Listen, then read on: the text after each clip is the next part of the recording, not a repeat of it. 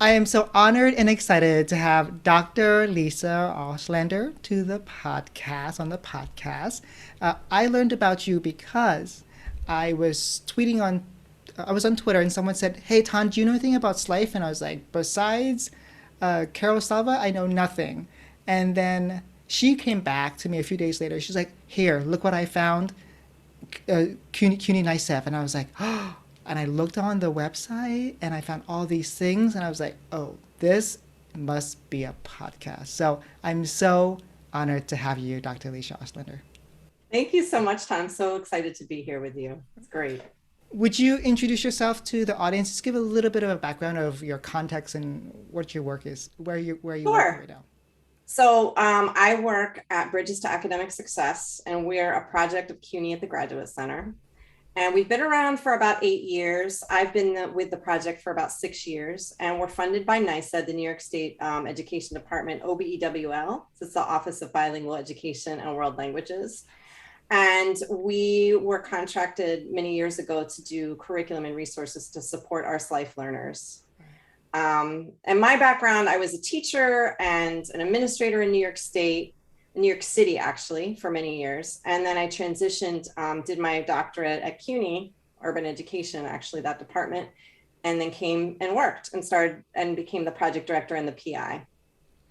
So We, that's a little of the background of how I came to Bridges and what Bridges is doing. right. You told us before even recording. You told me that you're a social studies teacher. And where did you teach? What borough did you teach in New York City? I taught in Brooklyn at two different schools. I taught in a middle school and a high school for about 10 years. Right. So you have that Yeah. experience in the class. Oh, definitely. Right. Definitely. A lot of my, my passion for this work comes out of those experiences. Right.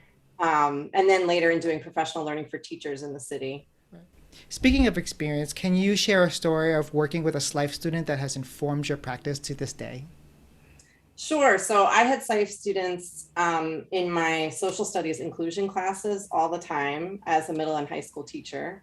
And as a content teacher, I struggled to know how to differentiate for them and wanted to help them succeed. But one student I had, I'll call him Miguel. He was a student from Mexico. He was very quiet and very dedicated. And he worked really hard, but I knew that I wasn't providing him with enough language support in my lessons so that he could be more successful. So I consulted my partner ENL teacher, and she taught me a lot of strategies. And I really credit her. She helped me include supports in my lessons. She helped me plan. And she was really kind and patient with me. And I'm forever grateful to her. And also to Miguel, his dedication for teaching me how to better incorporate language into my content teaching. So often I think about him and her and how I started to grow in this Right. area. Right. I always so in our field we think about Dr. Andrew Hoggensfeld and Dr. Maria G. Dove, and they always talk about like teacher collaboration does not benefit just the student. Like the teacher benefits. Like the teachers Exactly. grow so much from the personal experience, and so I know that I'm a better teacher because I collaborate with my colleagues. They have actually helped me expand my mindset on what multilinguals can do. Like surprisingly, right? Like my content teachers, like, no, we're not going to water down the curriculum for them. You're going to Yeah. make them do the same project. Your job is to figure out how to get them there. And I was like, oh, okay. You don't want me to pull them out of your classes? No, they must do the same thing, right? That's awesome. Right, Yes. Collaboration is really key. We right, believe that. I right. believe that too. That's awesome that you had that experience. Right. And our kids teach us so much. I feel like sometimes I'm like, the first year I teach a new unit, I feel like I'm better the second year. I'm always like, ooh, because my kids show me, Yes. yeah, Mr. Tan, that didn't work at all. Let's try that again. I know they teach you what works. They definitely do. They're the biggest teacher, our Right, students, that's right. for sure. If we're receptive enough to Yes, if we can learn and we're open to learning. That's really exactly. true. Right. So you're Yep. part of the Bridges program, and Yes. so tell us how it started.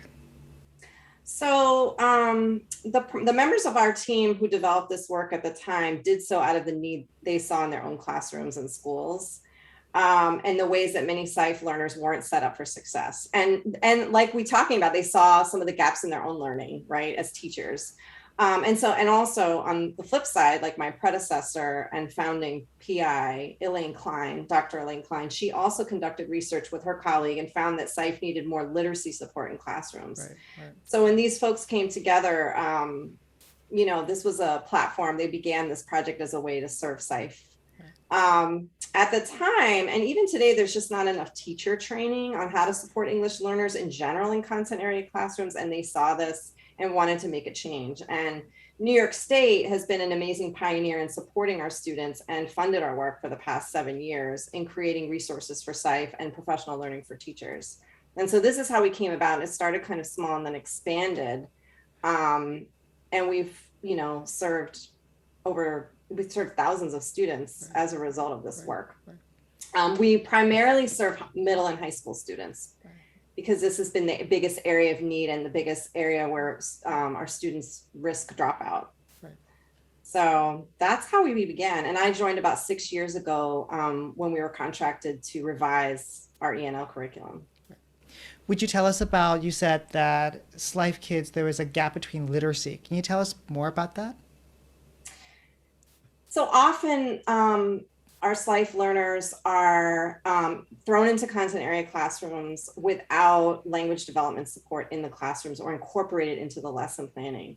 Particularly SLIFE. In New York State, they're known as SLIFE, across the country as SLIFE. But whatever we name them, our students with interrupted and inconsistent schooling struggle in many cases because they've had gaps in their education for a variety of reasons, or they've had inconsistent education. And so they may not have, they may have a lot of knowledge and experience, but they don't necessarily have exposure to the academic habits and routines required by US classrooms. Right. And this is one of the challenges they face when they walk into our US classrooms, and there are all these expectations set up for them, and they're not oriented to the school, to the expectations, and to the routines. And so a lot of what we do is we help set up student newcomer classrooms that are often, set aside from their regular content area classrooms in the beginning to sort of offer them accelerated learning routines and teaching them the routines, accelerating their language and literacy. So that's one of the things that we do in addition to helping content area teachers work with SLIFE and newcomer students in their classrooms. But that's one of the things is they're missing sort of this language development support. And although that's true often for all English learners, if our students struggle because they have home language literacy levels that are 3rd grade or 6th grade and below, depending on the program they're in. So they're often at lower literacy levels, but still have a lot of experience and knowledge that can be tapped. And this is something that we also, address in our training. It's like it's like the main theme between all of my guests. It's always about like shifting from deficit to thinking about assets. Like, yes, they have interrupted formal education, but yet they still have so many things that they experience that they could teach us, that they could bring to the classroom that they already have an understanding of. Exactly. And a lot of our curriculum and resources are about leveraging what students already know and their experience in order to help them learn new skills.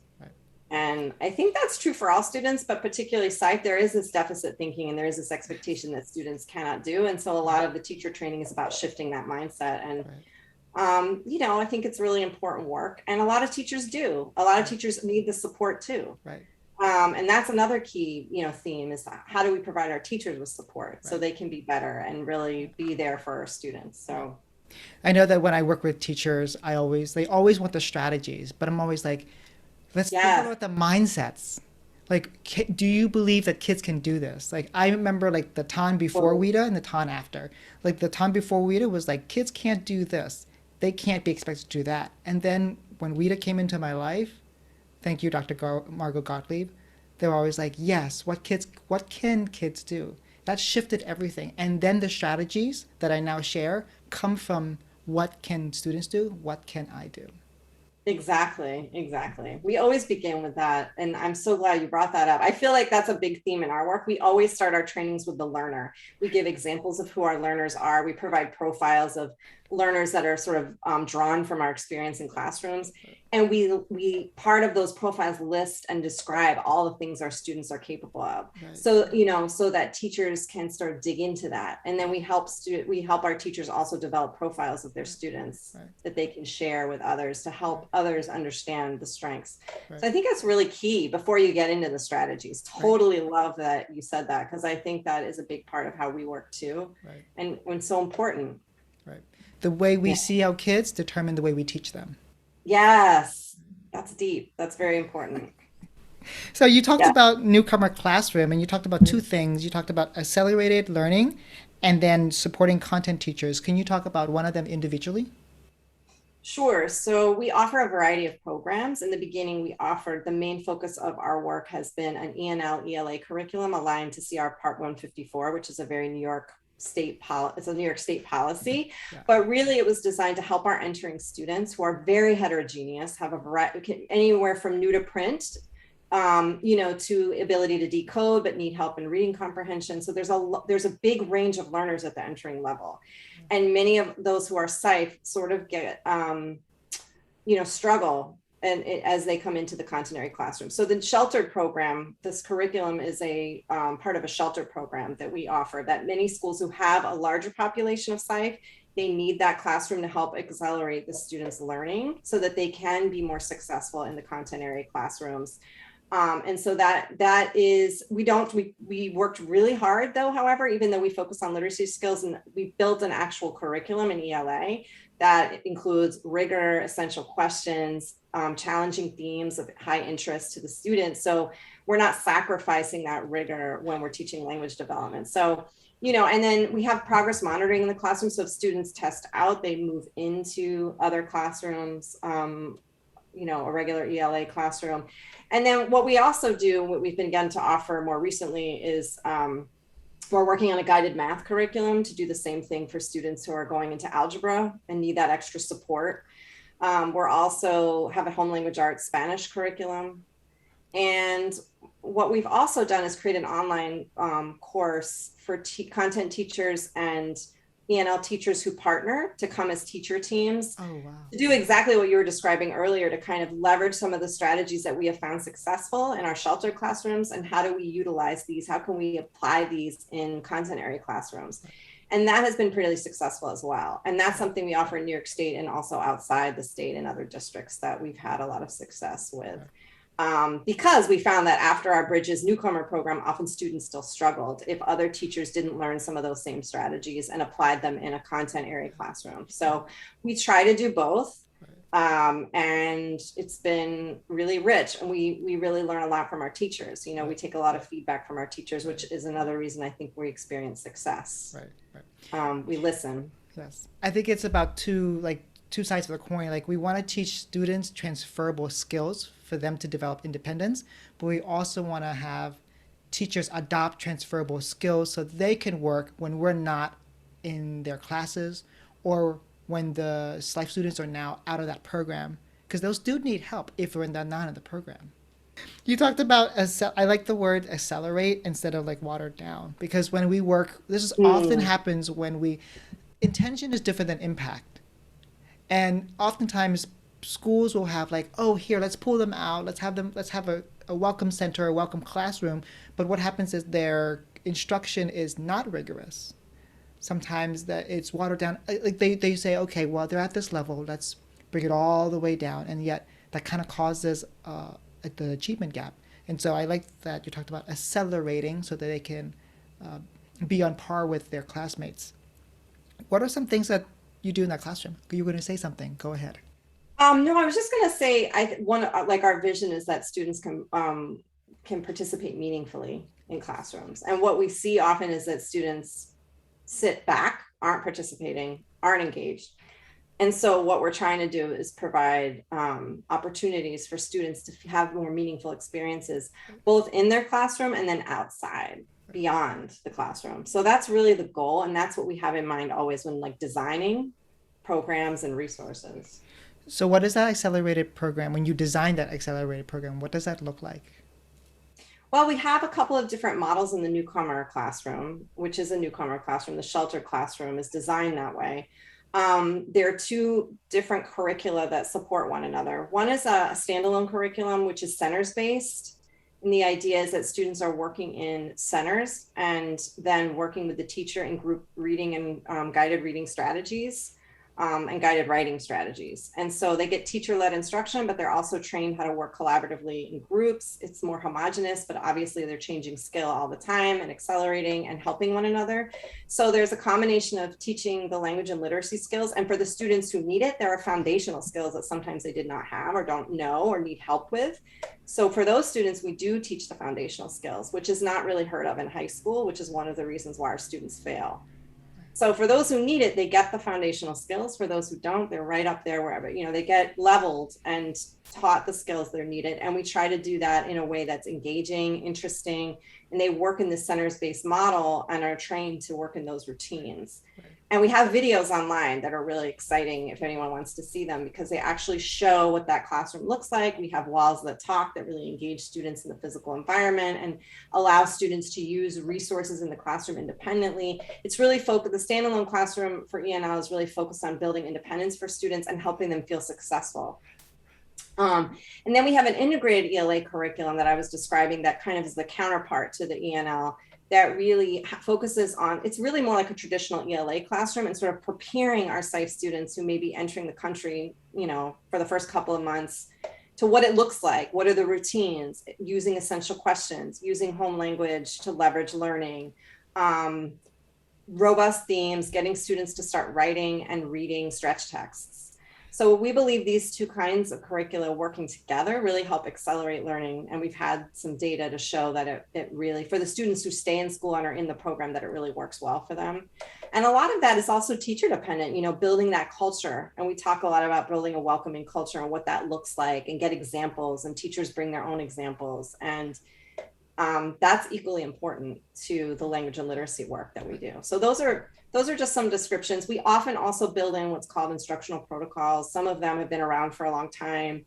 We use something called Read, Retell, Respond, which allows students to use home language as a way to access and build onto the new language with annotation. We use things like LEA, which has been around for a long time, the language experience approach, but in a way that's modified for the secondary level.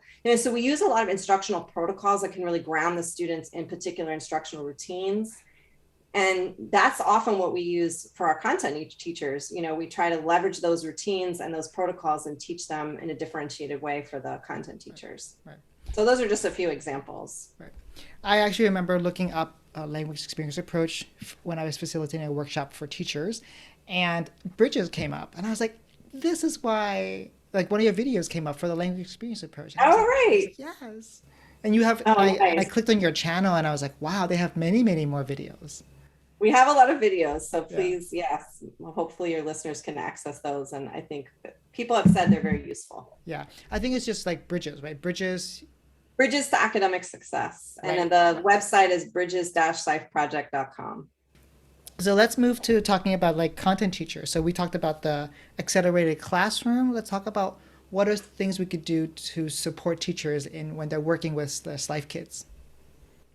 Well, what we do is in our online course, we kind of give an overview and we provide some of those same strategies like the read, retell, respond, and we show different ways it can be used in a more mixed inclusion classroom. So we have example videos, we have curricular samples that we give teachers that show how they could differentiate using that strategy for a variety of students in their classroom and sort of how they can insert that into their lesson. So we also have a writing rubric that we developed for SLIFE and newcomers that includes the helping teachers assess at the word and phrase level and sentence level, because that's missing often in contemporary classrooms. And it also allows teachers to possibly utilize and give credit for ideas in home language to encourage the students. So even if they're still struggling with English language, they can get credit for ideas. So we developed that with CAL, the Center for Applied Linguistics, and we utilize that in our online course. We have a version of it for our curriculum for the SLIFE with developing literacy, and a version that we use with content area teachers. So that way really, and then students can see and track their growth, much like they can in reading. And that can be used in a social studies classroom, or in some cases, some science classrooms. So that's a way we do it. We also like really in our professional learning, we try to give teachers time to take some of the strategies and apply them, and get feedback. So we really try to make it interactive that way and applied learning, as opposed to just, give and get kind of PD kind of experiences. So that's another kind of principle of our professional learning. The other thing we focus on in our online course and around content area teacher and, teacher teams is socio-emotional learning. Which has now, I feel, finally become more popular and like in the mainstream. It wasn't, I think, when we started creating the curriculum. And it's really, really important for our students that we build that kind of welcoming culture and think about, unpack what that looks like. Yes. So we do some overview training about socio-emotional learning, and we provide some strategies specific to newcomers. Right. When I interviewed Dr. Helene Marshall, she said, like, if you can remember nothing else, just remember this, that when you work with SLIFE kids, it's all relational. Like everything is about, right? Because they've come from cultures where it's like, usually, she said around 75% of the SLIFE kids in America come from collectivist cultures. And they don't learn by like disassociated relationships. They learn from people who they trust and who care about them. And so when that happens, that's when they can trust you, they'll learn from you. That's so true. And Helene Marshall, her work really inspired us. She's one of the folks that inspired us with our work into how to make that into resources and materials. So definitely inspired by her work. Let's now talk about so we talked about the academic side with students and teachers. Yes. Now let's talk about families. Yeah.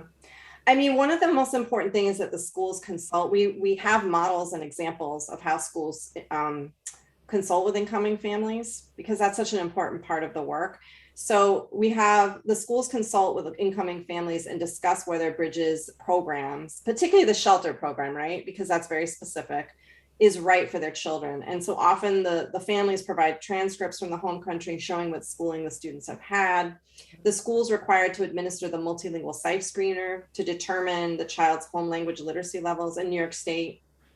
And for SLIFE or third grade and below, the ENL, ELA shelter class is a good fit. And then for students who are at sixth grade and below, we have other programs, including home language arts and Spanish, and the guided math that we're developing to accelerate student math skills. But it's really important. We emphasize creating partnership with the families and, buy-in. Is this the right fit? We want them to understand what their children are doing in the program. And we welcome families in the classroom. And we work with teachers to support that. Most of our, however, the teachers who come to us usually are very much partnered with the family. A lot of it is just determining that the school loops in the family, both, I would say, at the beginning of the year and also the end of the year as students are transitioning out. Right. To think about what the right plan is for our students if they're integrating in a more traditional ELA classroom. And there are students who transition out early who are ready, to go out of the classroom. They just need that space for a while. Right. So I think we really try to emphasize that when we work with schools, to bring the family in as a partner. And what we found is that schools really do. Right. We even have one school that has created an amazing process of an enrollment team at their school where they interview the families, show them Bridges curriculum, show them the criteria, and really engage them. And they include a counselor in that team. So there's a lot of different ways to do that depending on the school. But that's just one example of how to partner with the families. Right. I want to tap into your rich background and knowledge, because you've worked with so many schools supporting their programs, and so you have so many stories about like working with parents or teachers or students. What stories do you remember that you're like, you know what, this is what I really want to share with listeners so they remember? In the book I wrote a book that's more research based. It's called Creating Responsive Classroom Communities, a cross case study of schools serving SLIFE, basically. Yeah. I'm trying to think of one story. I guess I'll just say, in that book, I have a lot of stories that I collected from schools, because I really was touched by all the stories. One story is just, there's so many stories of courage. Yes. And, resilience. Yes. And students working through really challenging situations and teachers partnering with them to do that. And not only teachers, but counselors. So I did a lot of interviews with counselors, and just, one story is about one of the, adolescents who was pregnant, who was in a SLIFE class and who was struggling and didn't know if they were going to be able to make it through. And the counselor was able to go out and get additional support at the district level for the student so she could have childcare. Oh, And the good. student made it through, and she made it through the year, and she made it through to graduation. So that was really, I just think that's such a powerful story and testimonial to some of the students that we have who just work through so many challenges. We also have a lot of unaccompanied minors, schools who've had unaccompanied minors who, teachers start to realize that they're teaching in the class and assigning them reading assignments. Meanwhile, the student may have crossed the border alone, been experienced physical, emotional violence along the way, had to take care of young children. And so they start to learn about the students, and that, some of our students have experienced really, really huge challenges that even we as adults haven't had to face in some cases. So I think, like, never taking for granted what your students do or do not know. Really trying to understand who students are. Everyone's different. Not everyone has those challenging experiences. Certainly not all SLIFE do, but those stories of resilience really carry me and really, like, I guess, motivate me to keep creating resources and working with teachers and doing the work. And it's what motivated me to write that book, because I feel also that teacher and student stories aren't out there in the public. I feel like a lot of times we hear about students and teachers and about education, but we don't hear from them. Right. And so for me, telling those stories has been really, really important part of my work, and what motivates me. Right. Because really, stories sell more than a presentation can, right? And so the stories that we hear from teachers, the stories that we hear from parents, the story that we hear from kids really show the resilience that we see in the kids. Yeah, it's all about the stories. What recommendations do you have for schools that want to create similar programs, or districts or states? Well, in terms of districts in New York State, I mean, they can work with us. We offer monthly orientations, and we have educators come. We usually ask an administrator or an AP or a coach to come with the teacher, someone who can support the teacher in the work, because it's a lot to learn. So we do that monthly, and you can go on our website, email us, and get involved. And we can, if it feels like the right fit, any of our programs, you can join one of our cohorts. You can check out our website at bridges-sifeproject.com. We have a lot of videos and resources that you could apply to your own district and context, and hopefully that will help. We've really tried to make it resource rich. During the pandemic, we pivoted and created, put a lot of curriculum resources online and in different online formats, so teachers could access it as they were trying to put everything online. So we've tried to be really responsive to what districts need. So I would say reach out to us, but ultimately, I think that it's about working with teachers, working with students. There's so many resources out there, but, in a book that I'm going to be writing in the cover, publishing in the next few months, we talk about, when you're doing it at the school level, what are the kind of systems that you need to create for multilingual learners? Right. And there are key considerations to consider before putting these programs into schools. So that's something that my colleague Joanna Yip and I discuss. Right. Hopefully that will come out in the winter. Right. We'll have to get you and your colleague back to talk about those systems, because you're right. So we've talked about the teacher, the student, the family level, but really one level that we haven't talked about yet is the systems, and so we'll have to wait for that conversation. Definitely, school leaders and district leaders, so important factor. Right. But thank you, Tan. This has been really great to have this conversation with you. I've really enjoyed it. It's an honor. Before you go, let me ask you the traffic light question. So red light is something that you ask teachers to stop doing in terms of working with SLIFE kids. Yellow light is something that we can do to slow down our practice. And then green light is something that they can do as much as often, or as much as possible. I guess the red light would be, don't just teach without getting to know the students. Yes. without assessing. Um, I think one of the biggest pitfalls that we can, as educators, can do is just teaching without considering the learner, just following the plan. I think it's tempting because of all the pressures that teachers face, but it definitely most often doesn't serve our students. Right, right. Yellow, I mean, the way that I used to slow down was be able, I think going back to what we talked about earlier, is the ability to just have a conversation with a colleague Yeah. or a student. It helps. It's amazing, like kind of listening to another perspective can slow you down and make you think about a way to pivot if you're stuck, Yes.